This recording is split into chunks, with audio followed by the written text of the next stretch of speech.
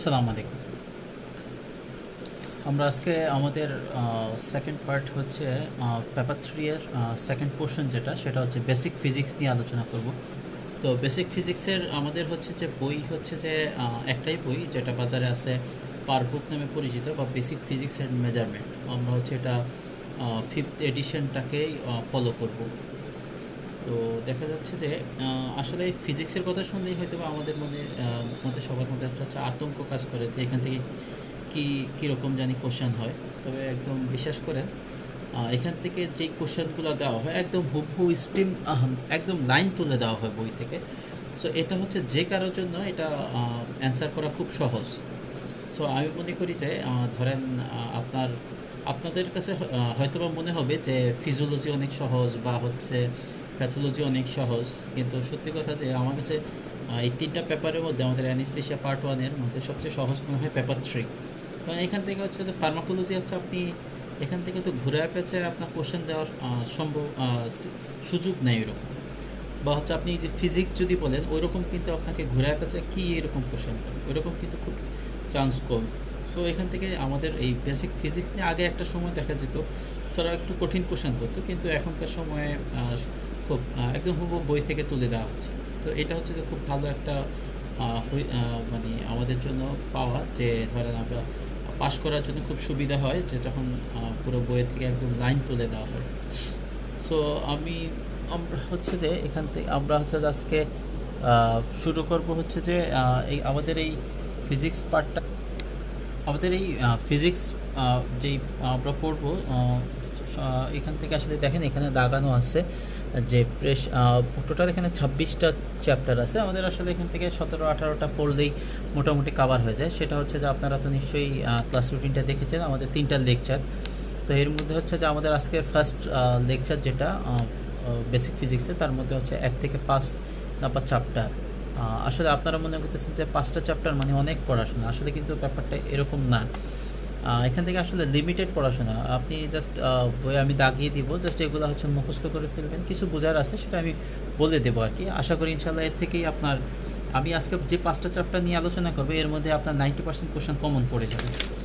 তো আপনারা এই দেখেন 5টা চ্যাপ্টারের মধ্যে এখানে আছে একটা হচ্ছে pressure, fluid flow, volume and flow measurement, gas low and natural exponential functions. আমরা হচ্ছে এই 5টা পড়বো। তো আমরা চলে যাই তাহলে আমাদের ফার্স্ট চ্যাপ্টার প্রেশারে এখানে একটু দেখেন ইন্ট্রোডাকশনের এখানে একটু ফোর্স নিয়ে একটু কথা বলছে। তো ফোর্সটা কি জানতে হবে, যে ফোর্স হচ্ছে যে any first of first which change or tends to change the state of an object, state of the rest or motion of an object।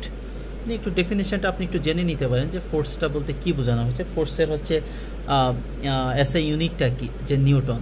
তারপরে এখানে দেখেন নিউটনের নিচে একক, যেটা নিউটনের পাশে লেখা আছে kg metre per second square, just এটা একটু জেনে রাখবেন। তারপর হচ্ছে যে নিচে চলে যান প্যাসকেল অ্যান্ড বার। এখানে এইরকমই কোশ্চেনগুলো এরকমই আসে যে আপনার ধরেন এসআই ইউনিট অফ ফোর্স, আপনি ধরেন একটা সিঙ্গেল বেস্ট আসলো, দেখা গেল নিউটন দিল, পেসকেল দিব, বার দিবে, আরও যা যা আছে টর যা যা আছে দিবে আর কি। তো এটা হচ্ছে যে কোশ্চেনের অ্যান্সার করাটা হচ্ছে যে ফিজিক্সের খুব সহজ। সো আমি যেই পয়েন্টগুলো বলবো এগুলো হচ্ছে আপনার কোনো মিস করবেন না, এখানে যেগুলো দাগানো আছে এটা ফলো করার দরকার নেই, আপনি জাস্ট আমার কথাটাকে শুনেন, যেটা বলবো সেটাকে ফলো করেন তাহলে হবে। তো প্যাসকেলের মধ্যে দেখেন ফার্স্টেই যে প্যাসকেল অ্যান্ড বারের দেখেন সেকেন্ড লাইনে যে এখানে একটু মার্কিং করা আছে, the SI unit of pressure is the pascal. প্রেশারের এসআই ইউনিট হচ্ছে প্যাসকেল। দেন হচ্ছে যে নিচে দেখেন এখানে লেখা আছে for high pressure gas supplies the bar is as the unit. মানে আপনি যখন প্রেশারটা অনেক বেশি হবে তখন হচ্ছে যে এই প্যাসকেল আর ইউজ করা হয় না, সেই ইউনিটটার নাম হয়ে যায় হচ্ছে বার। এই কথাটা এখানে বলা আছে। তো তারপরে একটু পরেই দেখেন দেওয়া আছে although it is not an SI unit, bar কিন্তু এসআই ইউনিট না, বাট হচ্ছে যে প্যাসকেলটা হচ্ছে এসআই ইউনিট। যেটা হচ্ছে আমাদের 26 নাম্বার চ্যাপ্টার, যেটা অ্যাপেন্ডিক্স পড়তে গেলে আমরা হচ্ছে যে basic unit and derived unit পড়তে গেলে আমরা পাবো। সো এটা মনে রাখেন যে দেখেন এসআই ইউনিট হচ্ছে প্যাসকেল, বাট বার কিন্তু এসআই ইউনিট না, ওটা হচ্ছে একটা ডিরাইভড ইউনিট। ডিরাইভড মানে হচ্ছে যে আপনার বেসিক ইউনিট থেকে পাওয়া যায় এরকম হচ্ছে যেটা। তো তো দেখেন এখানে লেখা আছে although it is not an SI unit, it has been retained for general use, 1 bar equals 100 kilo pascal, মানে 1 বার 100 কিলো পেসকেল। মানে আপনি দেখেন এসআই ইউনিট আমরা পড়লাম পেসকেল, তার মানে হচ্ছে বারটা কত বিশাল, কত হাই প্রেশারটাকে সে এক্সপ্রেস করতেছে, 1 bar ইকুয়াল টু 100 কিলো পেসকেল।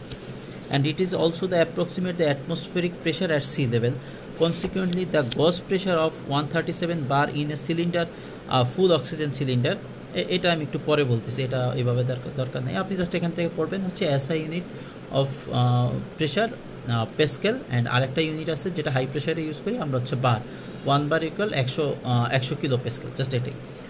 দেখেন the interrelationship of pressure and force, মানে প্রেশার দেখেন দেওয়া আছে P is equal to pressure is equal to force by a surface area, মানে কোনো একটা ফোর্স আপনি যে সারফেস এরিয়াতে আপনি অ্যাপ্লাই করবেন সেটাই হচ্ছে যে প্রেশার। আপনি এটা হচ্ছে যে দেখেন পরের পেজে একটা ফিগার আছে, আপনি নর্মাল একটা জিনিস চিন্তা করেন, আমাদের হচ্ছে যে নর্মালি আপনি সিরিঞ্জ তো কম বেশ সবাই ব্যবহার করেছেন, 5cc এবং 10cc, যদি আমরা দুইটা সিরিঞ্জ নেই, তো যদি আপনি এই সূত্র মতে দেখেন, যদি আপনি সূত্র মতে P is equal to F/A, তো আপনার সারফেস এরিয়া যদি 10cc দিয়ে দেন তার মানে হচ্ছে যে তার প্রেশারটা কম যাবে, আর যদি আপনি 3cc বা 5cc দিয়ে দেন তার মানে তার প্রেশারটা বেশি হবে। দেখেন এটা হচ্ছে যে আপনি যখন কোনো একটা ওষুধ দেবেন, আপনি যখন 3cc নিডেল দিয়ে যখন ওষুধটা দিবেন তার প্রেশারটা খুব দ্রুত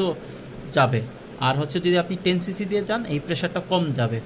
এটা আমাদের হচ্ছে যে আমাদের অ্যাজ এ ডক্টর হিসাবে খুবই মানে এটা হচ্ছে যে একটা বেসিক জিনিস, এটা আমাদের সবার জানা উচিত যে একটা ড্রাগ আপনি যত দ্রুত পুশ করেন বা যেভাবেই পুশ করেন না কেন প্রেশার কোনটা দিয়ে বেশি যাচ্ছে সেটা আমরা এখন জানলাম আর কি।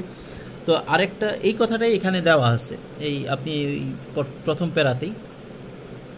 তারপর হচ্ছে যে আপনি নিচে চলে যান, another clinical example of pressure generated by force, এটা হচ্ছে যে একটা ওই যে বেডসোরের কথা বলা আছে, এখানে কিছু ইকুয়েশন আছে, এগুলো জাস্ট এখন আপনার পড়তে গেলে হয়তো ওইভাবে নাও বুঝতে পারেন, দরকার নেই, জাস্ট একটা জিনিস মনে রাখেন যে আমাদের systolic typical systolic blood pressure হচ্ছে 16 kPa, যেটা আমরা 120 মিলিমিটার অফ মার্কারি বলি, সেটাই 16 kPa।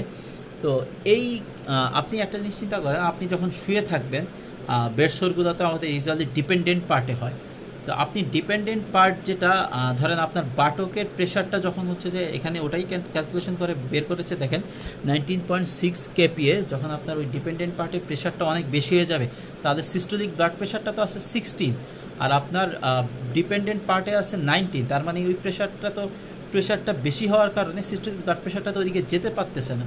সো তখনই হচ্ছে আমাদের এখানে ইস্কেমিক কিছু চেঞ্জ হয় যা বা বেডসোরের যে কনসিকুয়েন্সগুলো হয় এটা তো আপনারা খুব ভালো করেই জানেন, জাস্ট এই কথাগুলো এখানে বলা আছে, এটা নিয়ে এত বেশি জানতে হবে না, জাস্ট আপনি জানবেন যে টিপিক্যাল সিস্টোলিক ব্লাড প্রেশার কত 16 kPa, জাস্ট এইটা। তারপরে পেজে চলে যান, দেখেন এখানে এই যে এই প্যারাতে আমি একটু মার্কিং করে দিচ্ছি, হয়তোবা আপনাদের মনে আছে আমি কিন্তু কিছু ছবি দিয়েছিলাম,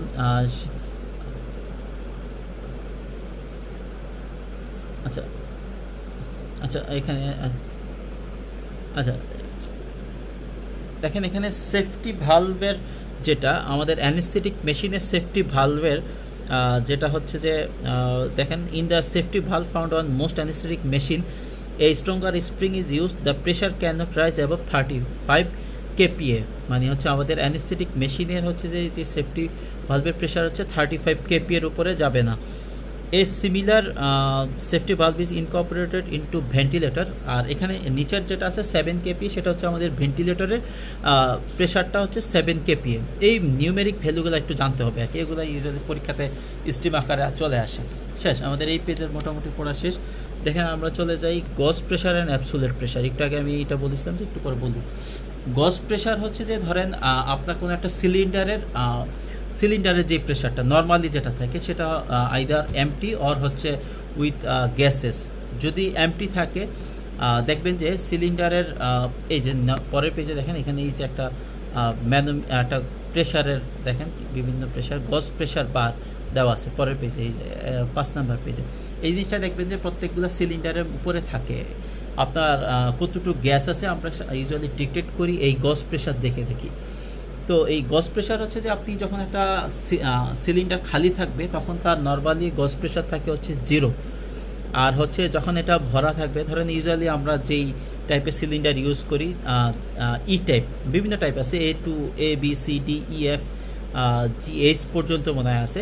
নর্মালি আমরা ই টাইপ ইউজ করি, তার হচ্ছে যে থাকে হচ্ছে যে 10 লিটার। তো এই 10 লিটারের একটা সিলিন্ডারের 10 লিটারের যেটা, সেটা হচ্ছে যে অক্সিজেন ভরার পর থাকে 137 বার। তো আপনি একটা জিনিস চিন্তা করেন, খালি অবস্থায় তার হচ্ছে যে 0 বার গজ প্রেশার, আর ভরা অবস্থা 137 বার। এখন এই গজ প্রেশারের সাথে যখন আমাদের অ্যাটমসফিরিক প্রেশারটা অ্যাড হবে, সেটাই হচ্ছে যে অ্যাবসোলিউট প্রেশার। তো আপনি এমটি অবস্থায় তাহলে অ্যাবসোলিউট প্রেশার হবে 1, কারণ আমার আছে সিলিন্ডারে আছে 0 আর অ্যাটমসফিরিক প্রেশার 1, তাহলে absolute pressure in case of empty cylinder 1। আর হচ্ছে যে ইন কেস অফ যদি আমার সিলিন্ডারটা পুরো ভরা থাকে 137 বার, তো তার ভরা আছে গজ প্রেশার, তার সাথে আমাদের অ্যাটমসফিরিক প্রেশার হচ্ছে 1, তাহলে টোটাল হবে যে 138 বার। এই তো মোটামুটি এই গজ প্রেশার আর অ্যাবসোলিউট প্রেশার। কোশ্চেনটা এটা থেকেও কিন্তু কোশ্চেন আসে।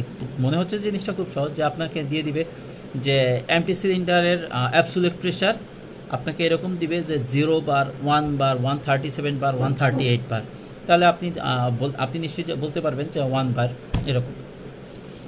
তারপরে পেজে দেখেন 5 নম্বর পেজে আমরা যদি চলে যাই, প্রেশার ইন লিকুইডস, এটা হচ্ছে যে ডিপেন্ড করে হচ্ছে যে হাইটের উপর, হাইট অফ দ্য লিকুইডের উপর ডিপেন্ড করে। তারপরে এখানে এই জাস্ট বেশি কিছু না লাগবে, জাস্ট এতটুকু একটু মনে রাখবেন। তারপর হচ্ছে পরের পেজে দেখেন সারফেস টেনশন।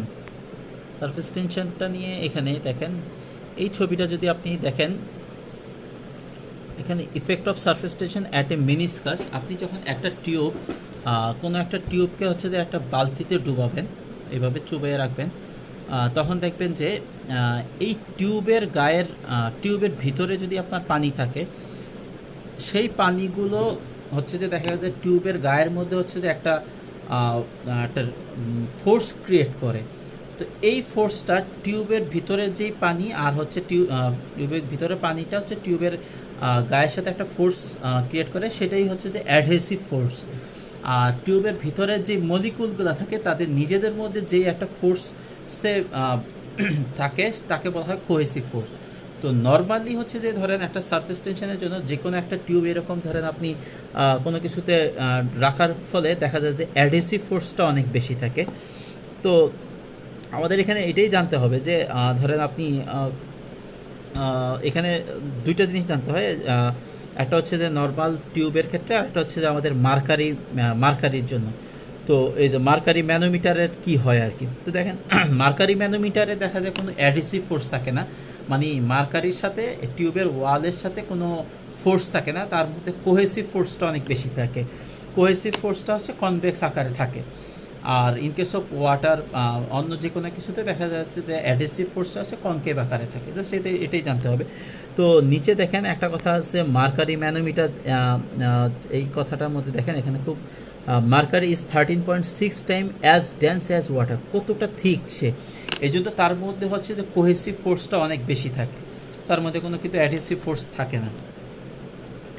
তো মার্কারি ম্যানোমিটার সম্পর্কে তো আপনাদের মোটামুটি সবারই আইডিয়া আছে। আপনার যদি আমরা প্রেশার মাপি, আপনি দেখবেন যে আগেরকার সময় হচ্ছে যে প্রেশার মাপার জন্য এই মার্কারি ম্যানোমিটারগুলো ইউজ করা যেত। তো এগুলা ইউজ করলে ধরেন কিছু সুবিধাও ছিল।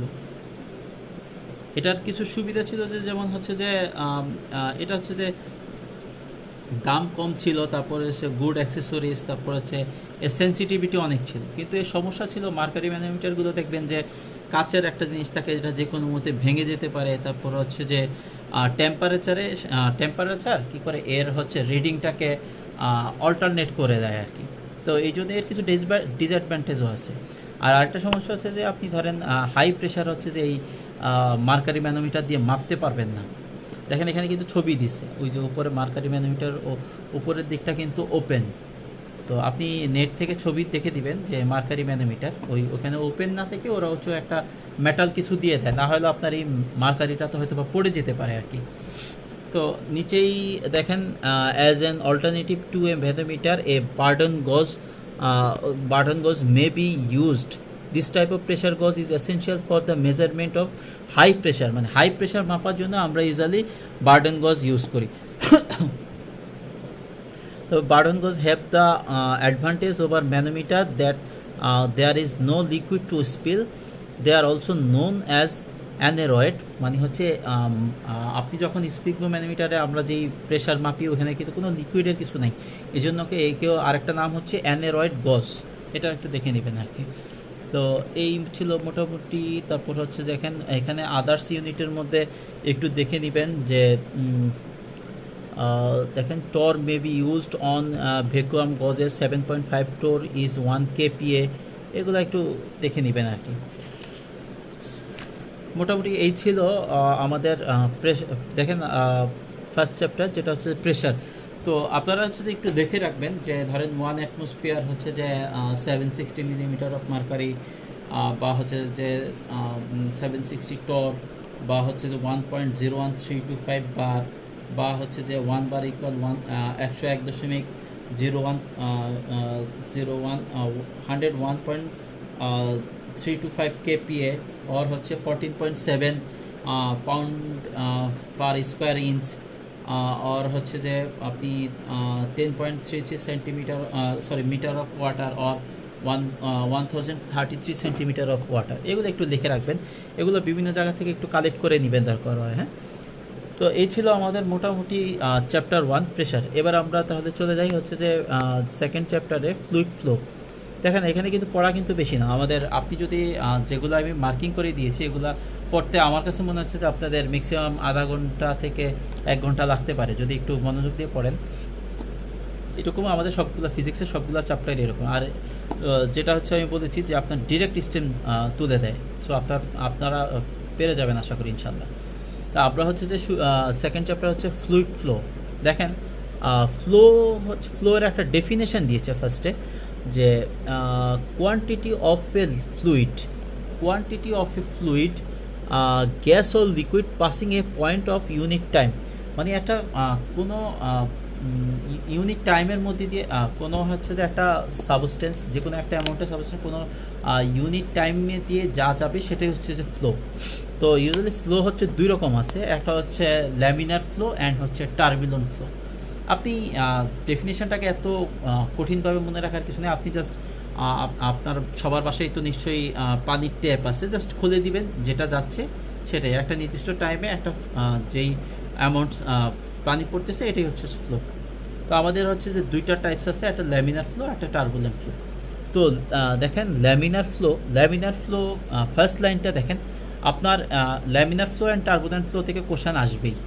ধরেন আমাদের হচ্ছে যে ফিজিক্সে তো হচ্ছে যে 30-এর মধ্যে যদি ধরেন আমি আপনাকে একটা কোশ্চেন বলে দিলাম যে আপনার এই laminar flow and turbulent flow, হতে পারে যে 2+ কোশ্চেন চলে আসবে, এই চ্যাপ্টার থেকে কোশ্চেন আসবেই মাস্ট, ফার্স্ট চ্যাপ্টার থেকে আসে, এখান থেকেও আসে। তো এই ল্যামিনার ফ্লো দেখেন আপনি ফার্স্ট লাইনটা পড়েন, there is in laminar flow fluid moves in a steady manner and there are no eddies or turbulence. Eddies মানে হচ্ছে ঘূর্ণয়ন, আপনি স্রোতের সময় দেখবেন যে এমন একটা ঘূর্ণিপাক খায়, তো আপনার হচ্ছে এই ল্যামিনার ফ্লোতে এরকম কিছু থাকবে না, জাস্ট স্লো স্টেডি ম্যানারে যাবে, বা এখানে কোনো টার্বুলেন্স হবে না। তারপরে হচ্ছে দেখেন this is the type of flow normally present in smooth surface, মানে স্মুথ সারফেস দিয়ে যাবে এবং খুব স্লোলি যাবে, এটাই হচ্ছে main basic, smooth and slow. আর হচ্ছে ল্যামিনার ফ্লোতে ইউজুয়ালি হচ্ছে যে ফ্লুইডটা সেন্টার দিয়ে বেশি যাবে, এরা হচ্ছে পেরিফেরি দিয়ে, আপনি ধরেন একটা পাইপ, ধরেন যে কোনো একটা পাইপের সেন্টার দিয়ে বেশি যাবে, পেরিফেরি দিয়ে হচ্ছে যে তার ফ্লো একদমই কম, মানে একদম জিরো থাকবে। দেখেন এই কথাগুলোই নিচে লেখা আছে, the flow is greatest in the centre being about twice the mean flow, মানে সেন্টারে হচ্ছে পেরিফেরি থেকে তার দ্বিগুণ হচ্ছে তার সেন্টারে, as illustrated by the longer arrows in the figure. আপনি দেখেন নিচে ফিগারে কিন্তু খুব সুন্দর করে এই যে এখানে বলা আছে, দেখেন পেরিফেরিতে ফ্লো কত কম, আর সেন্ট্রালি দেখেন একদম লাস্ট উপরের পেরিফেরিটার থেকে দ্বিগুণ হচ্ছে একদম সেন্ট্রালি যেটা আছে। এই কথাটা এই ফিগারে যে দেওয়া আছে সেটাই বলছে আর কি। তারপর আপনি এটা তো আমরা পড়লাম। তারপর হচ্ছে যে দেখেন একটা জিনিস, নর্মাল জিনিস চিন্তা করেন, আপনার যদি ফ্লোটা কম যায়, খুব স্লো এবং স্টেডি ম্যানারে যায় বা একটা স্মুথ সারফেস দিয়ে যায়, তাহলে হচ্ছে যে আপনার অ্যান্ডোথেলিয়াল ইনজুরি হওয়ার চান্সও কিন্তু খুব কম। এটা কিন্তু খুব ভালো একটা দিক। বাট আপনি টার্বুলেন্ট ফ্লোতে রাফ অ্যান্ড টাফ যে কোনো কিছুই তো খারাপ তো আপনি ওইটার চেয়ে এটাও একটা পয়েন্ট মনে রাখবেন যে অ্যান্ডোথেলিয়াল ইনজুরি হচ্ছে যে আমাদের ল্যামিনার ফ্লোতে খুব কম হয়। তো আমরা হচ্ছে যে থার্ড প্যারাতে চলে যান। দেখেন এখানে there is a linear relationship such that flow is directly proportionate to the pressure। মানে হচ্ছে প্রেশারের সাথে হচ্ছে ডিরেক্টলি প্রপোর্শনেট। মানে আপনার যখন হচ্ছে যে প্রেশার বাড়বে তখন হচ্ছে যে এটা লিনিয়ার ওয়েতে ফ্লো বাড়বে, বাট এটা কিন্তু স্লো এবং স্টেডি ম্যানারে যাবে। তো আপনি এখানে হচ্ছে আমাদের 4টা পয়েন্ট মনে রাখতে হবে বা 4টা ফ্যাক্টর। এটা একটা যে আপনার প্রেশার হচ্ছে যে বাড়লে ফ্লো হচ্ছে প্রেশারের সমানুপাতিক, যেটাই হচ্ছে there is a linear relationship directly proportionate, যেটা আমি আসলে বলতে চাচ্ছিলাম আমি, মানে flow is directly proportionate to the pressure, just এটাই মনে রাখেন। দেন হচ্ছে যে আমরা পরের পেজে যদি চলে যাই, এখানে দেখেন ফার্স্ট আমাদের প্যারাটা লাগবে না, আমরা হচ্ছে সেকেন্ড প্যারাতে চলে যাই। আমরা হচ্ছে যে একটু আসলে সেকেন্ড প্যারা দেখেন একদম 4 নাম্বার লাইনে একটা কথা আছে, flow is proportionate to the 4th power of the radius. আপনি কোনো একটা টিউবের আপনি পুরো রেডিয়াসের 4th power of the radius, আর একটা সাইড আপনি যদি 360 ডিগ্রির কোনো এক কর্নার দিয়ে গেল, তাহলে তো আপনি এই ফুল রেডিয়াসটাকে আপনি কাউন্ট করতে পারলেন না। ধরেন আপনার এই পাইপের এক সাইড দিয়ে গেল, তাহলে তো সেটা আপনার ল্যামিনার ফ্লো হলো না। তো এই জন্যই বলা হয় যে পুরোটা দিয়ে জুড়ে যদি যায়, তো 4th power of the radius. এই কোশ্চেনটা সবসময় পরীক্ষায় আসে, যে লেখা থাকে যে এরকম, আপনি কিন্তু জানেন flow is proportionate to the 4th power of the radius. পরীক্ষা আপনাকে দিয়ে দেয় এরকম যে flow is proportionate to the diameter. এটা কিন্তু সিঙ্গেল বেস্ট আসে এবং এটা সবাই ভুল করে। অনলি ডায়ামিটার যদি থাকে তাহলে কিন্তু ফলস হবে। 4th power of the radius কথা থাকতেই হবে। 4th power of the radius or D to the power 4 যদি থাকে তাহলে আপনি সেটাকে অ্যান্সার দিবেন। প্লিজ এই জিনিসটা কিন্তু ভুলবেন না। তাহলে হচ্ছে কিউ সমানুপাতিক ডি টু দি পাওয়ার 4, এটা জাস্ট মনে রাখবেন। তারপর হচ্ছে যে আপনি 2টা পয়েন্ট গেল, ফ্যাক্টরস 2টা। থার্ড পয়েন্ট হচ্ছে যদি লেন্থ, আপনি ধরেন কোনো একটা বালতিতে আপনি যদি এক সাইডে একটা ফুটা করে দেন, ফুটা করে ধরেন আপনি 12 সেন্টিমিটার হচ্ছে যে একটা পাইপ দিয়ে দিলেন, ফুটা করে দিয়ে 12 সেন্টিমিটার দিয়ে পাইপ দিলেন, দেওয়ার পর তার যেই ফ্লোটা হবে, আপনি আরেক সাইডে আরেকটা ফুটা করে ওই 12 সেন্টিমিটারের অর্ধেক যখন 6 সেন্টিমিটার দিবেন, তখন হচ্ছে দেখবেন যে ওই 6 সেন্টিমিটার যেটা, সেটাতে হচ্ছে যে আপনার ফ্লো হচ্ছে যে বেশি হচ্ছে, এই কথাটাই বলা আছে। তার মানে হচ্ছে লেন্থ আপনি যখন বাড়াবেন তার মানে হচ্ছে যে ফ্লো কমে যাবে। দেখেন এখানে এই যে 3 নম্বরে এই পেজে দেখেন এই ফিগারটা, এখানে এটাই বোঝানো হয়েছে। আর এই 3টা আমাদের ফ্যাক্টর হয়ে গেল। 4 নাম্বার ফ্যাক্টর হচ্ছে যে আমাদের ভিসকোসিটি মানে হচ্ছে যে আপনি এটা আসলে মেনলি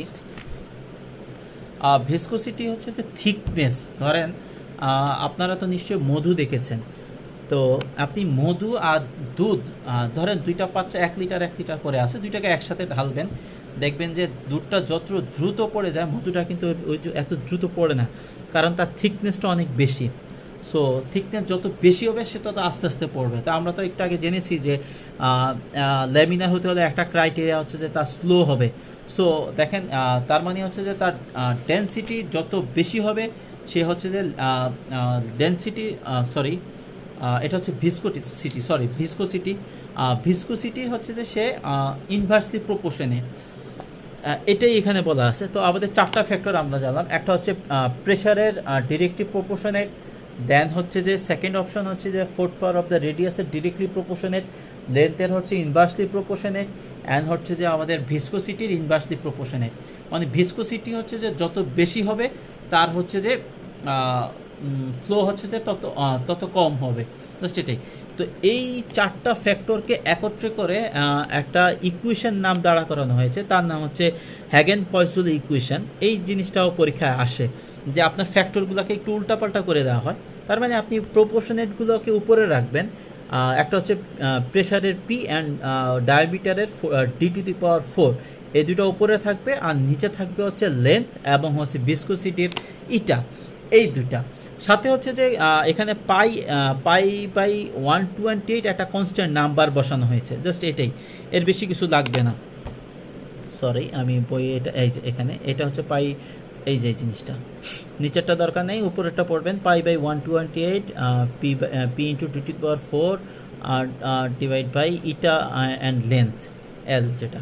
আচ্ছা, টার্বুলেন্ট, আমরা তো ল্যামিনার ফ্লো একটু আগে পড়েছি, এখন হচ্ছে আমাদের পড়ার বিষয় হচ্ছে টার্বুলেন্ট। টার্বুলেন্ট ফ্লোটা হচ্ছে যে ল্যামিনার ফ্লো বললাম যে স্মুথ সারফেস দিয়ে যাবে, বাট এটা যাবে একটা রাফ করুগেটেড সারফেস দিয়ে। ওইটাতে কোনো ঘূর্ণি বা এডিস থাকবে না, বাট এখানে হচ্ছে ঘূর্ণি থাকতে পারে। তারপরে হচ্ছে যে এখানে অ্যান্ডোথেলিয়াল ইনজুরি হবে আর কি, জাস্ট এগুলাই, এই কথাগুলো এখানে বলা আছে। এই ক্রাইটেরিয়াগুলো কিন্তু মাস্ট জানতেই হবে। এখানে দেখেন লেখা আছে laminar flow May change to turbulent if A constriction is reached which result in the fluid velocity. এই কথাগুলো আমি যে কথাগুলো বলেছি জাস্ট এই পয়েন্টগুলো আপনি 3-4টা পয়েন্ট আপনি লিখে নিতে পারেন, তাহলে আপনাদের জন্য মানে সুবিধা হবে আর কি। আচ্ছা, আমরা চলে যাই পরের পেজে। দেখেন এখানে একটা কথা আছে রেইনল্ডস নাম্বার, এই জিনিসটা পরীক্ষায় আসে। রেইনল্ডস নাম্বার মানে আপনি কিছু কিছু ফ্যাক্টর আছে যেগুলো হচ্ছে যে যেগুলা দিয়ে আপনি ফ্লুইডটা মানে সরি ফ্লোটা কি টার্বুলেন্ট অর ল্যামিনার সেটা বের করা যায়। এরকম একটা ডিটারমিনিং ফ্যাক্টর হচ্ছে যে আপনি রেইনল্ডস নাম্বার। তো রেইনল্ডস নাম্বারে আমাদের কি কি আছে দেখেন, ভিতে হচ্ছে ভ্যালোসিটি, তারপর হচ্ছে রোতে হচ্ছে ডেন্সিটি, অ্যান্ড ডিতে হচ্ছে ডায়ামিটার, নিচে হচ্ছে ইটা। সরি, আমি মনে হয় একটু আগে একটা ভুল করেছি, যেটা হচ্ছে যে ভিসকোসিটির যে ইউনিটটা সেটা মনে হয় আমি ইটা বলে ফেলেছিলাম, সেটা রো হবে মনে হয়। আচ্ছা, এটা আপনারা একটু দেখে নেবেন আর কি, নামটা মনে রাখবেন, আপনারা জাস্ট সাইনটা মনে রাখবেন তাহলেই হবে। তো এখানে দেখেন রেনল্ডস নাম্বারে যদি রেনল্ডস নাম্বার মোর দেন 2000 হয় সেটা হচ্ছে টার্বুলেন্ট ফ্লো, মানে হচ্ছে ভ্যালোসিটি বেশি, মানে গতি অনেক বেশি। সেটা তো আমি বলেছি যে আপনার স্টেডি অ্যান্ড স্মুথ এবং স্লো হতে হবে ল্যামিনার ফ্লোতে, মানে হচ্ছে যত বেশি হবে সেটা হচ্ছে যে টার্বুলেন্ট ফ্লো হবে, এই কথাটা এখানে বলা আছে। ডেন্সিটি মানে হচ্ছে যে তার ঘনত্ব অনেক বেশি, যেই জিনিসের ঘনত্ব বেশি সেই হচ্ছে যে তত বেশি হচ্ছে যে টার্বুলেন্ট হওয়ার চান্স আছে। তারপর হচ্ছে ডায়ামিটার যার বেশি সে হচ্ছে যে এখানে হচ্ছে যে ডায়ামিটার যত বেশি হবে সে হচ্ছে যে টার্বুলেন্ট হবে। আর হচ্ছে দেখেন ভিসকোসিটি যেটা, সেটা হচ্ছে যে আমরা বলেছি যে যত বেশি হবে, যত ভিসকোসিটি হবে তার ল্যামিনার হওয়ার চান্স আছে। এই কথাটাই কথা, আপনারা জাস্ট মনে রাখবেন যে রেনল্ডস নাম্বার মোর দেন 2000 হলে টার্বুলেন্ট, আর হচ্ছে যে লেস দেন 2000 হলে ল্যামিনার। এখন কি কি ফ্যাক্টর, কি কি ভ্যালোসিটি, তারপর হচ্ছে ডেন্সিটি, ডায়ামিটার অ্যান্ড হচ্ছে যে ভিসকোসিটি, এই চারটা ফ্যাক্টর। তো এখানে এটাই পড়া। তারপর হচ্ছে ক্যারেক্টারিস্টিক্স অফ টার্বুলেন্ট ফ্লো, এটা মোটামুটি আমরা জেনেছি। একটা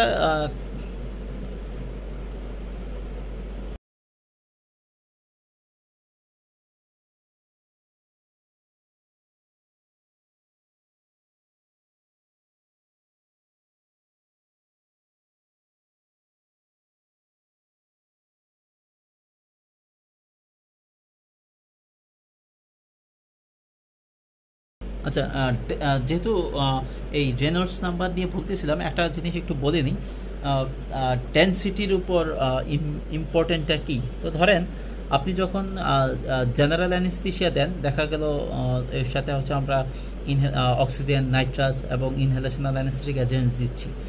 তো ইনহেলেশনাল অ্যানেস্থেটিক এজেন্টস দিলে এরা তো হচ্ছে যে কোনো একটা ঘনত্ব যেটা ডেন্স হয়ে থাকে। আপনি যদি এখন ধরেন ইন্টারনাল ডায়ামিটার যে টিউব, তার হচ্ছে যে ডায়ামিটার হচ্ছে মিলিমিটার। তার মানে হচ্ছে আপনি যখন এটা দিয়ে 7 লিটার গ্যাস পাস করবেন সে হচ্ছে নর্মালি গেল। কিন্তু আপনি যদি চিন্তা করলেন যে অক্সিজেন নাইট্রাসের চেয়ে আরও লাইট কোনো কিছু দিতে চান, সাপোজ ধরেন আপনি যদি অক্সিজেন দিবেন, শুধু মেডিকেল এয়ার বা শুধু এয়ার দিবেন, তখন কিন্তু তার ঘনত্ব কমে যায়, মানে হচ্ছে ডেনসিটি কমে যায়। তাহলে আপনি দেখেন 7 লিটার যেই টিউবটা, সেখানে হচ্ছে যে অক্সিজেন এবং নাইট্রাসের যে কম্পোজিশন যতটুকু যেত, আপনি হচ্ছে যে আরও বেশি কিন্তু আপনি দিতে পারবেন। এই জিনিসটাই আপনি দেখেন পরের পেজে, আপনি এই যে একটা কার্ভ দেওয়া আছে রিলেশন,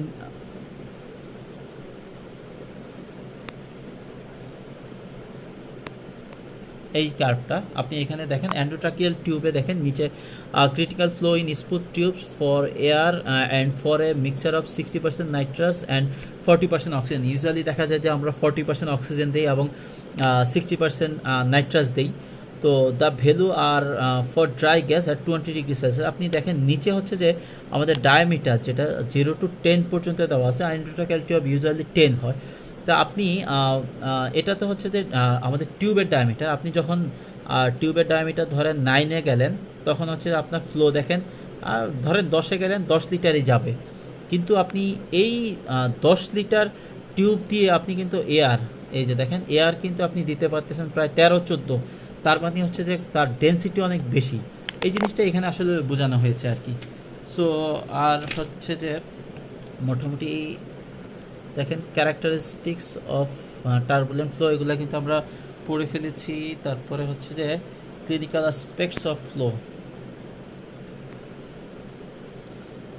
ক্লিনিক্যাল অ্যাসপেক্টস হচ্ছে এটা আসলে এই জিনিসটাই, এই কার্ভটা পড়লেই আপনি বুঝতে পারবেন, এত কিছু নেই। দেন হচ্ছে যে আমরা আচ্ছা একটা জিনিস, আপনি বেসিক একটা জিনিস চিন্তা করেন যে আপনার আপার রেসপিরেটরি ট্র্যাক্ট এবং লোয়ার রেসপিরেটরি ট্র্যাক্ট যদি চিন্তা করেন যে কোথায় টার্বুলেন্ট ফ্লো হবে বা কোথায় কোথায় হচ্ছে যে ল্যামিনার ফ্লো হবে, এটা কি আপনি একটা গেস করতে পারতেছেন? আচ্ছা ঠিক আছে, আমি বলে দিচ্ছি। ধরেন আপনার আপার রেসপিরেটরি ট্র্যাক্টে হচ্ছে যে ফ্লো যেহেতু অনেক বেশি, আপনি এই কার্ভটা দেখলে বুঝতে পারবেন। দেখেন এই যে ট্রাকিয়াতে হচ্ছে যে প্রায় 15 মানে 15 লিটার আপনি যাচ্ছে। তারপর অ্যানেস্থেটিক টিউবিং, মানে হচ্ছে দেখেন আপনি এখানেই এটা এই কার্ভটা দেখলেও একটা আইডিয়া দিতে পারবেন যে আপনার ট্রাকিয়া হচ্ছে 15 লিটার আপনি হচ্ছে ট্রাকিয়া দিয়ে হচ্ছে যাচ্ছে। তার মানে হচ্ছে আপনি এয়ার থেকে অ্যাটমসফিয়ার থেকে আপনি একটা পেশেন্টকে ভেন্টিলেট করার সময় প্রায় ধরেন 15-20 লিটার অক্সিজেন দিতে পারবেন। কিন্তু আপনার অ্যালভিওলাই থেকে 15-20 লিটার যাবে না, কারণ আপনার এখানে ক্যারিনাতে এসে যখন ডিভাইডেশন হয়ে যায় তখন কিন্তু ফ্লো কমে গেল।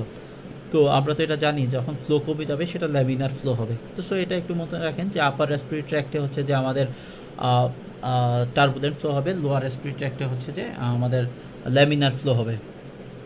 আর আরেকটা জিনিস দেখেন, যখন অ্যান্ড্রোট্রাকিয়াল টিউব যখন কিং হয়ে যাবে, এটা তো এটা একটা আরেকটা জিনিস আপনাদেরকে একটু বলে দিচ্ছি। আমাদের যেই ইন্টারনাল ডায়ামিটারের যেই টিউবগুলো থাকে অ্যান্ড্রোট্রাকিয়াল টিউব, এটা দিয়ে আসলে কি বোঝায়, ধরেন আপনি হয়তোবা শুনছেন যে 7 সাইজের টিউব দাও, 8 সাইজের টিউব দাও, 8.5, 9.5, এরকম যে এক একজন এক একটা বলে আর কি। কিন্তু এই টিউব দিয়ে কিন্তু আসলে আপনি কখন ল্যামিনার হবে, ধরেন আপনি 8 সাইজের একটা টিউব দিয়ে যখন হচ্ছে যে আপনি অ্যানেস্থেটিক এজেন্টসগুলো হচ্ছে যে 8 লিটার দিবেন, তখন হচ্ছে ল্যামিনার ফ্লো হবে। বাট এর চেয়ে বেশি যখন দিবেন তখন সেটা কিন্তু টার্বুলেন্ট ফ্লো হয়ে যাবে। আর আরেকটা ফ্যাক্টর, ধরেন আপনি একটা টিউব দিলেন, কোনো কারণে হচ্ছে মুখে গিয়ে কিং হয়ে গেল, তখন হচ্ছে যে তখন 8 সাইজের টিউবে আপনার 8 লিটার কিন্তু অক্সিজেন হবে না, তখন এটা কিন্তু টার্বুলেন্ট ফ্লো হবে। কারণ কি, আপনি যখন একটা কিং হয়ে যাবে তখন তার ভ্যালোসিটিটা বেড়ে যাচ্ছে, এই জন্য হচ্ছে যে তখন টার্বুলেন্ট ফ্লো হবে। এটা হচ্ছে যে একটা জাস্ট বলার জন্য বলা, এখান থেকে কিন্তু এইভাবে এত কোশ্চেন আসে না। তারপর হচ্ছে আমরা যদি এই টেনশানে চলে যাই, টেনশানের জন্য একটা ল আছে। দেখেন এখানে টিউব বা হচ্ছে যা ব্লাড ভেসেলের জন্য দেখেন pressure gradient across the wall of a tube is equal to tension by radius. Normally হচ্ছে যে আপনি ব্লাড ভেসেলের কথা যখন চিন্তা করবেন, ব্লাড ভেসেল দিয়ে যখন ব্লাড পাস করে, তো তার টেন্ডেন্সি কি, সে একটা সবসময় একটা প্রেশার দেয় ব্লাডটা পাস করার সময়, সে একটা প্রেশার মেনটেন করে। আবার ব্লাড ভেসেলের যে স্মুথ মাসেল আছে সে অল টাইম একটা টেনশন দিচ্ছে। এই ব্লাডের হচ্ছে যে প্রেশার এবং স্মুথ মাসেলের একটা টেনশন সবসময় একটা ইকুইলিব্রিয়াম মেনটেন করে, হচ্ছে যে আমাদের ব্লাডের প্যাটেন্সি মেনটেন করে নর্মালি। কিন্তু আপনি একটা জিনিস চিন্তা করেন, অ্যাথেরোস্ক্লেরোসিসে কি হয়, যখন হচ্ছে যে ভ্যাসেলগুলো কর্ড লাইক হয় বা অনেক ন্যারো হয়ে যায়, আপনি যখন যদি এই সূত্র হিসাব করেন তখন তার দেখেন প্রেশার কেন বেড়ে যাচ্ছে। Pressure gradient across the wall is equal to tension by radius, কারণ তার তো টেনশন রেডিয়াসটা অনেক কমে যাচ্ছে, আরও যে ছিল মোটা ছিল সেটা আরও ন্যারো হয়ে যাচ্ছে, রেডিয়াস কমে যাওয়ার জন্য হচ্ছে যে তার প্রেশারটা বেড়ে যাচ্ছে। এটাই হচ্ছে যে টেনশন। এখন এখানে হচ্ছে যে সারফেস টেনশনের একটা কথা বলা আছে, একটু আগে যেটা বললাম সেটা হচ্ছে যে কোনো একটা টিউবের ক্ষেত্রে, বাট হচ্ছে pressure gradient across the wall of A sphere মানে হচ্ছে যে কোনো একটা গোলকের মধ্যে হচ্ছে যে এই সূত্রটা একটু different, 2 into tension divide by radius, এটাতে 2 ইন্টু টেনশনটাকে অ্যাড করা হয়েছে। তো স্ফেয়ারের এটা আমাদের জানতে হবে এই জন্য যে ধরেন আমাদের হচ্ছে যে যেই অ্যালভিওলাইগুলো আছে, অ্যালভিওলাইগুলো হচ্ছে অ্যালভিওলাইকে স্ফেয়ার ধরা হয়, সো এই জন্য আমাদের এটা জানতে হবে। তো অ্যালভিওলাইয়ের জানতে হবে যে আপনারা নিশ্চয়ই সবাই জানেন যে অ্যালভিওলাইয়ের যেই অ্যালভিওলাইতে যে সারফেস টেনশন আছে সেটা মেনটেন করার জন্য আমাদের হচ্ছে গড গিফটেড সারফেক্টেন্ট আছে। তো আপনার এটা ওইভাবে কিন্তু কোশ্চেন আসে না, জাস্ট আমি একটু বলে নিচ্ছি আর কি। আপনার জাস্ট দুই জায়গায় দুইটা সূত্র মনে রাখতে হবে আর কি, এই সারফেস টেনশনের স্ফেয়ারের সূত্রটা আর হচ্ছে টিউবের।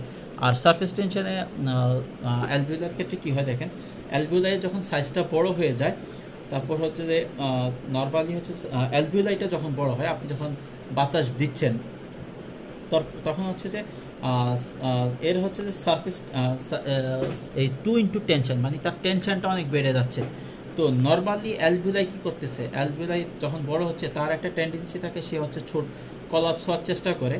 আর এই তখন হচ্ছে যে আমাদের সারফেক্টেন্ট কী করে, সে অটোমেটিক হচ্ছে যে তার কলাপস হওয়ানো যেটা কলাপস প্রিভেন্টটা, সে হচ্ছে যে এটা কমায়া দেয়। তার মানে হচ্ছে যে অ্যালভিওলাই হচ্ছে আর বেশি ফুলতে পারে না, তার মানে অ্যালভিওলাইটা হচ্ছে তখন আর বড় হয় না, আস্তে চুপসে যায়। উল্টা ঘটনা দেখেন, যখন হচ্ছে অ্যালভিওলাইগুলো খুব ছোট হয়ে যায়, যখন হচ্ছে অ্যালভিওলাই যখন ছোট হয়ে যায়, সারফেক্টেন্টের কনসেন্ট্রেশনটা অনেক বেশি থাকে, সো সে তাকে কলাপস করতে দেয় না।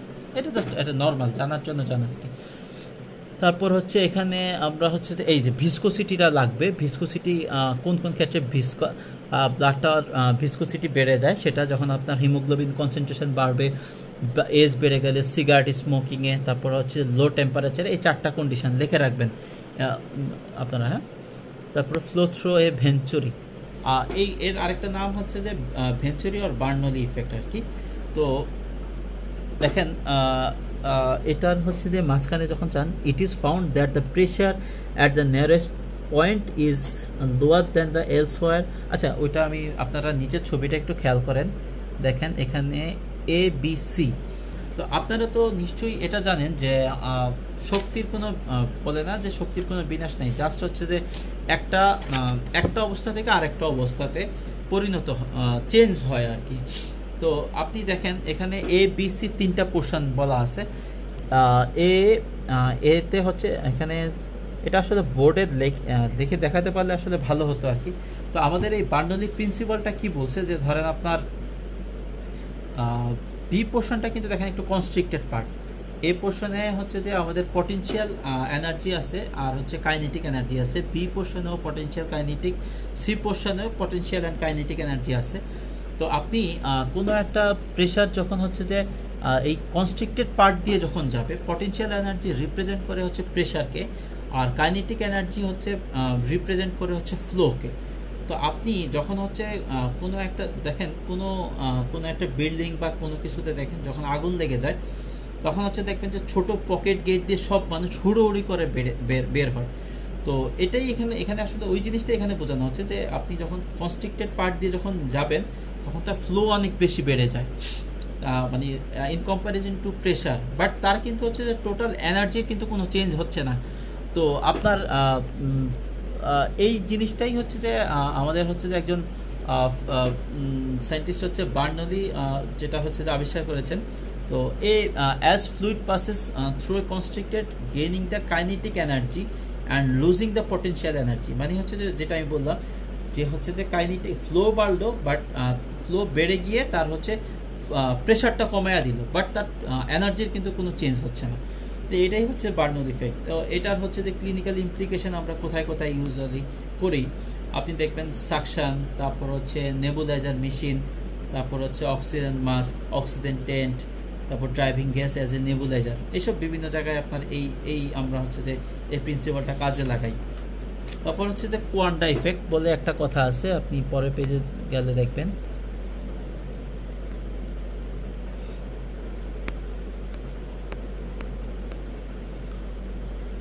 তখন এখান থেকে এই কনস্ট্রিক্টেড পার্ট দিয়ে এসে যখন হচ্ছে দেখেন একদিকে ডায়ামিটারটা অনেক বেশি থাকবে, যখন আপনার এখানে যখন ব্রঙ্কিওলে আসে মানে ক্যারিনাকে এসে দেখেন আপনার রাইট ব্রঙ্কাইটা কিন্তু more wider in comparison to the left.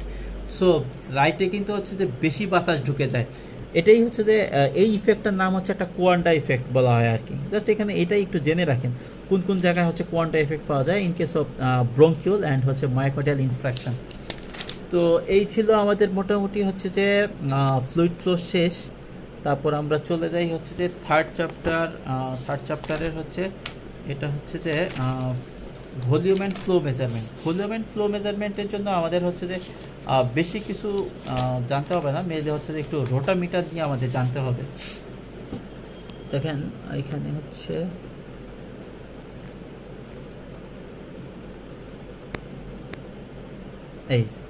এই ছবিটা একটু দেখেন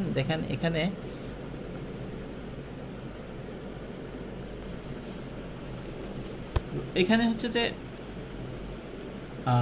এখানে কিন্তু ছবিটা এটা হচ্ছে দেখেন এই জায়গাটা নিচের দিকটা একটু চিকন, উপরের দিকটা একটু মোটা, এরকম কিন্তু আপনারা দেখতে পাচ্ছেন কিনা, বা আপনারা ওটিতেও দেখবেন যে হচ্ছে যে রোটামিটার আপনারা গেলে হচ্ছে যেটা দিয়ে অক্সিজেন দেন বা নাইট্রোজেন, সেটাকে হচ্ছে যে যদি রোটামিটার বলা হয়। তো এর নিচের দিক চিকন, উপরের দিক হচ্ছে যে মোটা। তো এইটার হচ্ছে যে ভ্যারিয়েবল অরিফিস থাকার কারণে নিচের দিক মোটা, উপরের দিক থাকার জন্য এটাকে বলা হয় ভ্যারিয়েবল অরিফিস আর রোটামিটার। তো আপনি একটা জিনিস দেখেন এখানে একটা কন্ট্রোল নব বলতে একটা কথা আছে। কন্ট্রোল নবের এক প্রান্তে একটা স্পিন্ডল বলে একটা জিনিস আছে একদম এই মাথায়। তো আপনি যখন এই নবটাকে যখন রাইটের দিকে ঘোরাবেন, এই স্পিন্ডলটা একদম দেখেন গ্যাস সাপ্লাই মাথা পর্যন্ত চলে আসবে। তো মাথা পর্যন্ত যখন চলে আসবে তখন হচ্ছে যে কোনো গ্যাস আসবে না। কিন্তু আপনি যখন নবটাকে লেফটের দিকে ঘোরাবেন, স্পিন্ডলটা পিছনে চলে আসবে। স্পিন্ডলটা যখন আস্তে আস্তে পিছনে চলে আসবে তখন এই গ্যাস ফ্লোটা এটা ভিতরে দিয়ে ঢুকবে। তো এই বাতাসটা ঢুকে হচ্ছে যে টিউব দিয়ে যাবে ওটাকে ইউজুয়ালি আমরা হচ্ছে রোটামিটার বলি। তো এখন রোটামিটারের মধ্যে দেখেন এই যে মাঝখানে একটা জিনিস আছে, এটাকে বলা হয় ববিন। এই দেখেন এই যে জিনিসটা, এটা আপনারা নিশ্চয়ই দেখেছেন, এই পাশে একটা আছে, গোলও আছে, আবার এরকম একটা আছে। এই ববিনটা সব সময় দেখবেন ঘুরতে থাকে। এটা কিন্তু কখনো আপনি যখনই রোটামিটারটা অন করবেন দেখবেন যে এটা হচ্ছে যে মানে আপনার মানে কনস্ট্যান্ট থাকে না। এটা ঘোরার কারণটা কি? যদি এটা না ঘুরতো তাহলে আপনার দেখা যেত যে এটা রোটামিটারের যে গায়ে দিয়ে লেগে থাকতো, একটা স্টিকেনেস হয়ে যেত, তখন হচ্ছে আপনাকে একটা ফলস রিডিং দিত। তো এই একটা নিয়ে দেখেন আপনি যখন গ্যাসটা দিলেন, গ্যাসের একটা ফ্লোর জন্য এই রোটামিটারটা উপরে উঠতেছে, আবার হচ্ছে যে রোটামিটারের নিজস্ব একটা ভর আছে, তার একটা টেন্ডেন্সি থাকে নিচের দিকে নামার। এই দুইটা যখন একটা ইকুইলিব্রিয়াম মেনটেন করে তখনই হচ্ছে যে মেনটেন করলেই হচ্ছে যে সে আপনার হচ্ছে যে রোটামিটারের এই ফ্লোটা আমরা ইকুইলিব্রিয়াম মেনটেন করে হচ্ছে ফ্লো হয় আর কি। সো ফ্লো বেশি হলে আপনি আরেকটা জিনিস একটু দেখেন, আপনি রোটামিটারের নিচের দিকটা দেখেন যেহেতু ন্যারো, সো এই দিক দিয়ে কিন্তু আপনার ফ্লো যাচ্ছে কম, কিন্তু উপরের দিকটা তো অনেক ওয়াইড, সেখানে হচ্ছে আপনার বাতাসটা অনেক বেশি যাবে। সো তাহলে আপনি একটা জিনিস চিন্তা করেন, আমরা একটু আগে যেহেতু পড়ে এসেছি laminar flow and turbulent flow, তাহলে আপনার যে দিকটা হচ্ছে যে ফ্লো হচ্ছে যে কম যাবে, তো সেটা কি ফ্লো? অবশ্যই ল্যামিনার ফ্লো। আর যেটা হচ্ছে বেশি ওয়াইড সেটা দিয়ে হচ্ছে টারবুলেন্ট ফ্লো। তো যেটা দিয়ে হচ্ছে ন্যারো পোর্শন, সেটা দিয়ে তো আপনার যেতে হচ্ছে যে আপনার কষ্ট হবে। সো তার হচ্ছে রেজিস্ট্যান্স বেশি, তার মানে হচ্ছে নিচে রেজিস্ট্যান্স বেশি আর উপরে হচ্ছে রেজিস্ট্যান্স কম। এইখানেই এটাই একটা জিনিস। আর হচ্ছে ববিনটাতে হচ্ছে যে ববিনটা যেহেতু সবসময় ঘুরে, এর মধ্যে হচ্ছে একটা প্রেশার ফিক্সড থাকে। আপনার এই রোটামিটারের নিচে বলেন আর উপরে বলেন, সব জায়গায় হচ্ছে যে এই ববিনের মাথায় হচ্ছে যে এই দেখেন রিডিং যেটা এখানে বলা আছে, এই জায়গাটাতে এখানেই হচ্ছে যে তার প্রেশারটা ফিক্সড থাকে। এই জন্য একে বলা হয় fixed pressure variable orifice rotameter. তো আপনার হচ্ছে আমাদের আমি এখন যা বললাম এটা হচ্ছে রোটামিটার সম্পর্কে জাস্ট একটু ইন্ট্রোডাকশন। আপনার কিন্তু পরীক্ষা এরকম আসবে না, আপনার আসতে পারে যে ধরেন কোনো একটা রোটামিটারের বেজে হচ্ছে যে আপনার কি ফ্লো থাকে, ল্যামিনার অর টার্বুলেন্ট, সেটা তো আপনি জানলেন, যেহেতু ফ্লো তার কম রেজিস্ট্যান্স বেশি, সো ল্যামিনার ফ্লো হবে। আর হচ্ছে উপরে কি হয়, টার্বুলেন্ট ফ্লো, কারণ হচ্ছে সেখানে ফ্লো অনেক বেশি বাট রেজিস্ট্যান্স কম। আর নিচে তো যেহেতু চিকন, এটা হচ্ছে যে একটা টিউবের মতো কাজ করে, অ্যান্ড্রোট্রাকিয়াল টিউবের মতো কাজ করে। অ্যান্ড্রোট্রাকিয়াল টিউব না, যে কোনো টিউবের মতো কাজ করে। সো টিউবের মতো যদি কোনো কিছু দিয়ে হচ্ছে কোনো ফ্লো যায়, সেটা হচ্ছে ল্যামিনার ফ্লো হয়। আর হচ্ছে অরিফিস টাইপের যদি কিছু হয়, সেক্ষেত্রে হয় টার্বুলেন্ট ফ্লো। তার মানে হচ্ছে রোটামিটারের নিচে দিয়ে গেলে হচ্ছে ল্যামিনার, উপরে টার্বুলেন্ট, এটাই আপনার জানতে হবে। তো আমাদের একটা জিনিস জানতে হবে যে ভেরিয়েবল অরিফিস ফিক্সড প্রেশার মানে কনস্ট্যান্ট প্রেশারের এক্সাম্পল কি, একটা তো হচ্ছে রোটামিটার আর একটা হচ্ছে পিক ফ্লো মিটার। তো এটা তো আমরা জানলাম যে হচ্ছে যে ভ্যারিয়েবল অরিফিস। তো এখন হচ্ছে variable pressure constant orifice, variable pressure fixed অরিফিসেরও কিছু এক্সাম্পল আছে, সেটা হচ্ছে বার্ডেন গজ ফ্লো মিটার আর হচ্ছে নিউমাটোগ্রাফ। আপনার এই এক্সাম্পলগুলাই লাগবে, আর হচ্ছে রোটামিটার থেকে ওই দুইটা স্টেমই মোটামুটি লাগবে, এর বেশি কিছু লাগবে না। তো মোটামুটি আমাদের ভলিউম অ্যান্ড ফ্লো মেজারমেন্টও পড়া হয়ে গেল। এবার আমরা চলে যাই হচ্ছে চ্যাপ্টার 4-এ, গ্যাস ফ্লো। দেখেন এখানে মলিকুলার থিওরি আপনি একটা জিনিস আমাদের হচ্ছে 9-10-এর বইয়ে আমরা এটা পড়েছিলাম। আপনি ধরেন বরফকে যদি কোনো এক জায়গায় রাখেন, তো বরফের মধ্যে দেখবেন যে নিজেদের মধ্যে হচ্ছে যে এরা খুব খুব বরফটা খুব শক্ত অবস্থায় থাকে আর কি। নর্মালি বরফটা যেভাবে থাকে তার মধ্যে মলিকুলগুলো হচ্ছে যে খুব ক্লোজলি অ্যাডহেয়ার থাকে, মানে তার হচ্ছে ইন্টারমলিকুলার বন্ডটা খুব টাইট থাকে। তো এটাকে বলা হয় ল্যাটিস।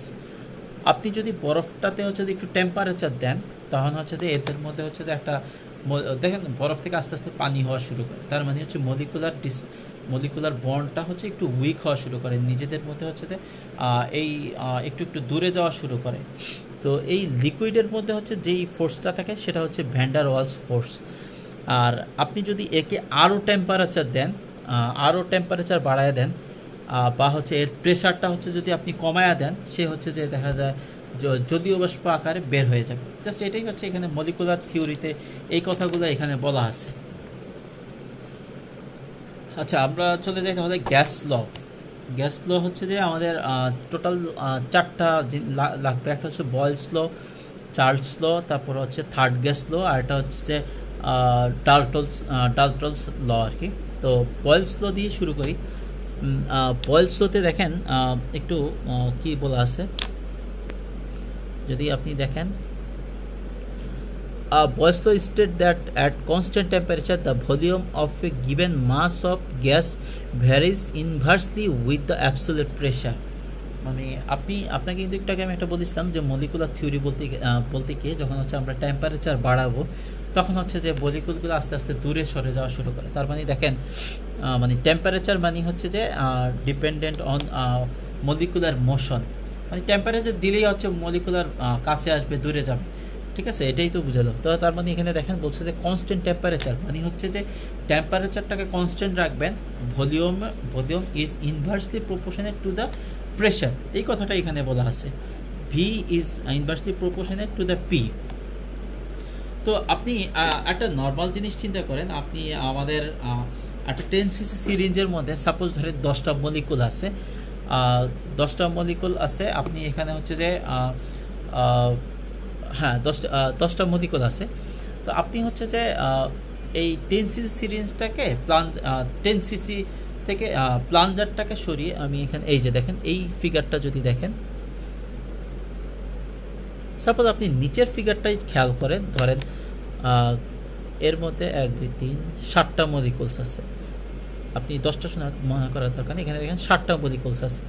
তো আপনি যখন কনস্ট্যান্ট টেম্পারেচারে যখন আপনি ভলিউমটা আস্তে কমায় আনবেন, দেখেন প্লাঞ্জারটা আরও সামনে নিয়ে এসেছেন, তখন দেখেন এর মধ্যে হচ্ছে এই মলিকুলগুলো আরও এতক্ষণ যেই এলাকা জুড়ে সে হচ্ছে যে নিজেদের মধ্যে ফ্রিকশন বা ফোর্স দিত, সে কিন্তু তার এখন ভলিউম কমে গেছে, সো তখন তার প্রেশারটা বেড়ে গেছে। জাস্ট এই কথাটাই এখানে বলা হয়েছে, নট এর বেশি কিন্তু কিছু না। আপনি এটা নর্মাল ওয়েতে চিন্তা করেন। আর আপনি আমাদের একটা নর্মাল জিনিস চিন্তা করেন, আমাদের ডিউরিং ফিজিওলজি রেসপিরেশনে আপনি যখন ইন্সপিরেশন করলেন, আমাদের হচ্ছে ইন্টা প্লুরাল ভলিউমটা তখন বেড়ে যায়। প্লুরাল ভলিউম বেড়ে যাওয়ার জন্য ইন্টা প্লুরাল প্রেশারটা কিন্তু কমে যাচ্ছে আর কি, বা নেগেটিভ হচ্ছে, সেটা আপনারা ফিজিওলজিতে হয়তো পড়েছেন। তো বয়েলস লর হচ্ছে ক্লিনিক্যাল ইমপ্লিকেশানগুলো এখানে ইউজ দেখেন, মেজারমেন্ট অফ অক্সিজেন গ্যাস, এই যে এখানে দেখেন লেখা আছে অক্সিজেন সিলিন্ডারের মেজারমেন্ট করার জন্য। আর আমি তো ওইটা বললাম, আপনি এই নিডেলটার কথাই চিন্তা করেন, এটা একটা হয়ে গেল।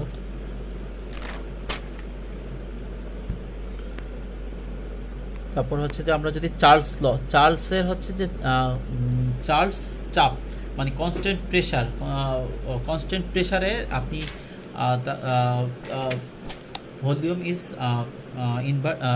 Volume is proportionate to the temperature. তো আপনি এটা নিশ্চিত করেন, কোনো একটা 10 cc সিরিঞ্জে আপনি ধরেন 7টা মলিকুল আছে, এখানে ফিগারে যা আছে আমি সেটাই বলতেছি, ধরেন 7টা মলিকুল আছে। তো আপনি যখন নিচ দিয়ে হচ্ছে যে টেম্পারেচার দিবেন, দেখবেন যে হচ্ছে যে এদের নিজেদের মধ্যে এত ফোর্স বেড়ে যাচ্ছে, প্লাঞ্জারটা আস্তে আস্তে সরে আরও দূরে চলে যাচ্ছে। তো এর হচ্ছে যে তার মানে হচ্ছে যে টেম্পারেচার বাড়ার কারণে এদের মধ্যে হচ্ছে যে ভলিউমটাও বেড়ে যাচ্ছে। এটা আসলে ফিগার ছবি এঁকে দেখাতে পারলে ভালো হতো, তারপরও আপনারা এই ছবিটা দেখে একটু বুঝে নিতে পারেন আর কি। আচ্ছা, আর নিচের আরেকটা জিনিস আছে যে থার্ড পারফেক্ট গ্যাস ল। আচ্ছা, এর হচ্ছে ক্লিনিক্যাল ইমপ্লিকেশন হচ্ছে যে বার্ডন গজ, যেটা এই এক্সাম্পলটা আসে আর কি, বা আপনার মেইন আসে যে চার্লস লয়ের ইকুয়েশন আসে যে ভি সমানুপাতিক টি, এটাই আসে, বা হচ্ছে বয়েলস ল আসে V proportionate to the 1/p, Charles law হচ্ছে ভি সমানুপাতিক টি। আর হচ্ছে থার্ড গ্যাস লোতে হচ্ছে আসে হচ্ছে যে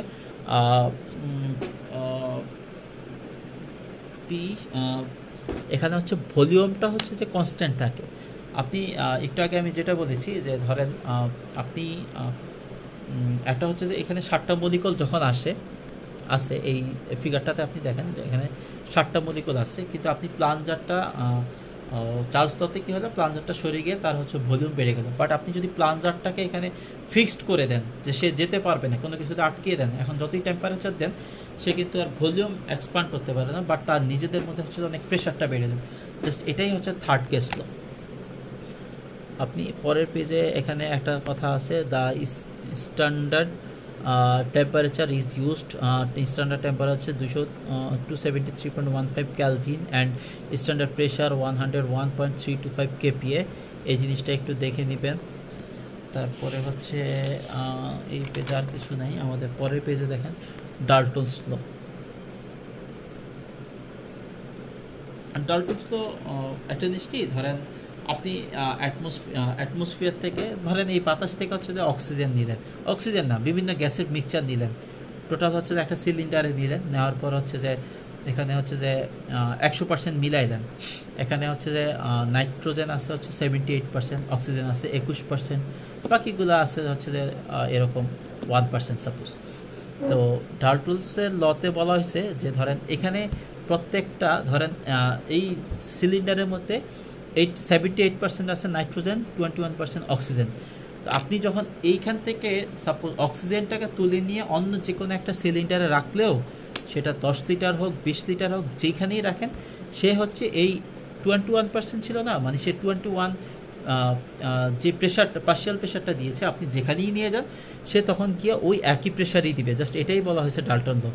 আপনি দেখেন, আমি যদি একটু পড়ে দেখি, state that the mixture of a gas the pressure exerted by each gas is the same as that which is would exert if it alone occupied the container। Just এই কথাটাই আমি যেটা বলছি সেটাই। এটার এক্সাম্পল হচ্ছে অ্যান্টোনক্স, বা হচ্ছে যে আপনি ওই যে এয়ার সিলিন্ডার যেটা। তারপর হচ্ছে আমরা চলে যাই, আচ্ছা অ্যাভোগাড্রো হাইপোথিসিসটা আমাদের লাগবে। অ্যাভোগাড্রো হাইপোথিসিস মানে এটা তো একটা হাইপোথিসিস, সো এটা একটু লাগবে।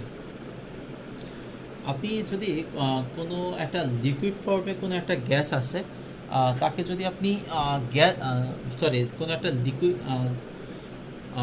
আচ্ছা ওটা দরকার নেই, অ্যাভোগাড্রো হাইপোথিসিসটাতে আমি চলে যাই। যে ধরেন আপনার ইকুয়াল ভলিউম, তারপর ইকুয়াল ভলিউমে যদি টেম্পারেচার এবং হচ্ছে প্রেশার যদি সেম থাকে, তাহলে আপনার প্রত্যেকটা সাবস্টেন্স হচ্ছে একটা ইকুয়াল নাম্বার মলিকুল শো করবে, এবং হচ্ছে যে তার ভলিউমও সেম থাকবে। এই কথাটাই এখানে বলা আছে। দেখেন, ইকুয়াল ভলিউম অফ গ্যাস, আপনি এখানে তিনটা জিনিস, একটা হচ্ছে ভলিউম, একটা হচ্ছে টেম্পারেচার অ্যান্ড প্রেশার, তিনটাই যখন সেম হবে তখন হচ্ছে যে আপনার প্রত্যেকটা মলিকুল, সেটা বলেন অক্সিজেন বলেন, নাইট্রোজেন বলেন, বা অন্য যে কোনো সাবস্টেন্স বলেন, তার হচ্ছে ওয়েট হবে সেম।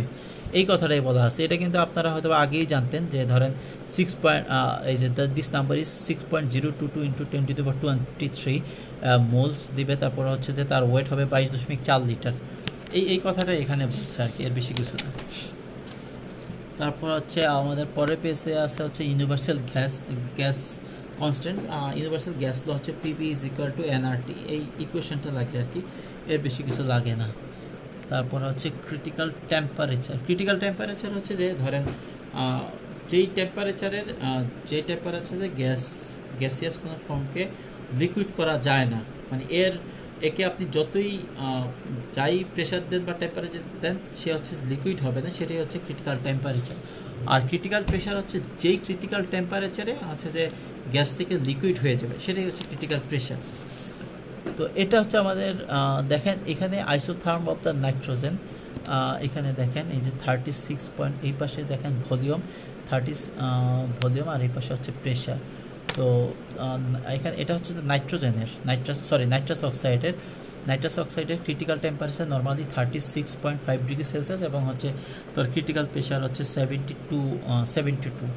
এই যে এইখানে এই পাশে দেওয়া আছে দেখেন, এই ক্রিটিক্যাল টেম্পারেচারের উপরে তাকে তো লিকুইড করা যাচ্ছে না, তার মানে তো হচ্ছে এর উপরে যা হবে সে তো এটা গ্যাস, আর ক্রিটিক্যাল টেম্পারেচারের নিচে যেটা সেটা তো হচ্ছে যে লিকুইড বা ভেপার ফর্ম আর কি, এটাই এখানে বলা আছে।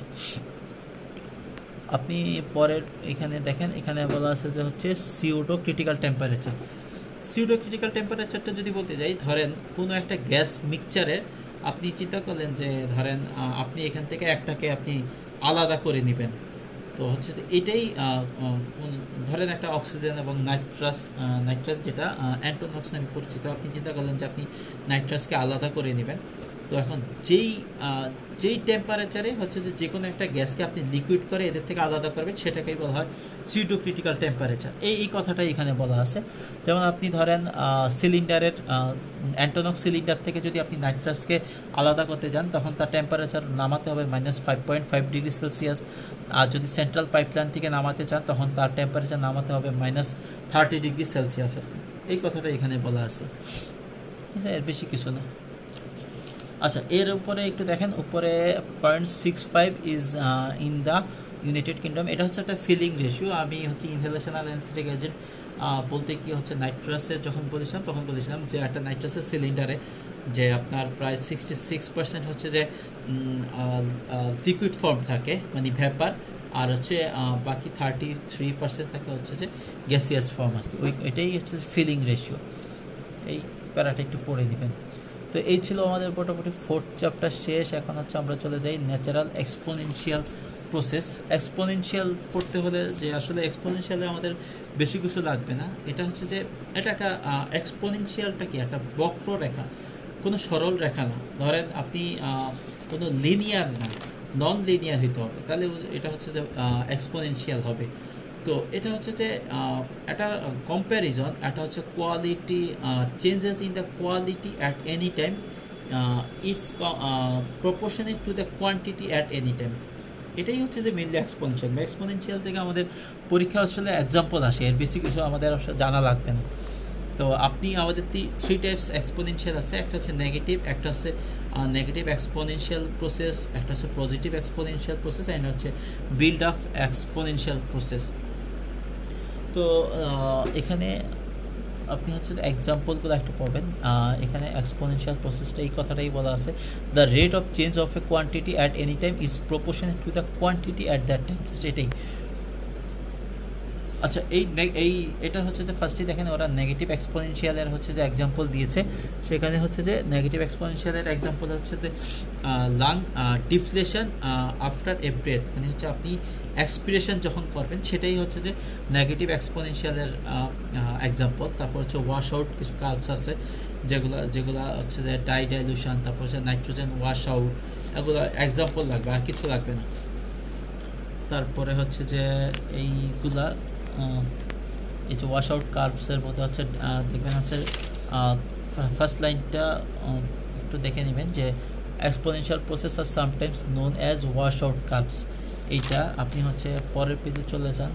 The process is exponential as the rate of change the quantity is proportionate to the quantity present at any time, যেটা হচ্ছে যে আমরা ডেফিনেশনে পড়েছি। তারপরে হচ্ছে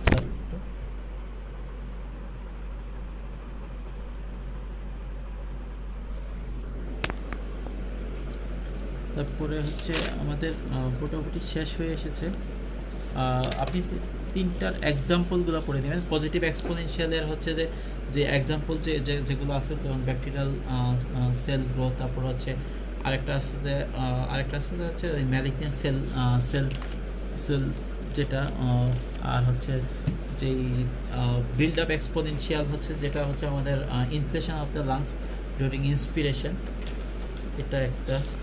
তো এই ছিল মোটামুটি আমাদের হচ্ছে যে আজকের বেসিক ফিজিক্সের হচ্ছে যে ফার্স্ট লেকচারের পড়াশোনা। তো এখানে আসলে পড়াশোনা কিন্তু খুব বেশি একটা না। তো আর হচ্ছে এত বেশি যে আপনার ডিপে যেতে হবে তা কিন্তু না, আপনি যদি একটু লাইন বাই লাইন একটু ফলো করেন তাহলে আমার মনে হয় হয়ে যাবে। সো আমি আশা করি আমি যেগুলো আপনাদেরকে বলেছি আপনারা যদি একটু ফলো করেন ইনশাল্লাহ পারবেন। এরপরও যদি কোনো সমস্যা হয় আমাকে বলবেন ইনশাল্লাহ। আসসালামু আলাইকুম।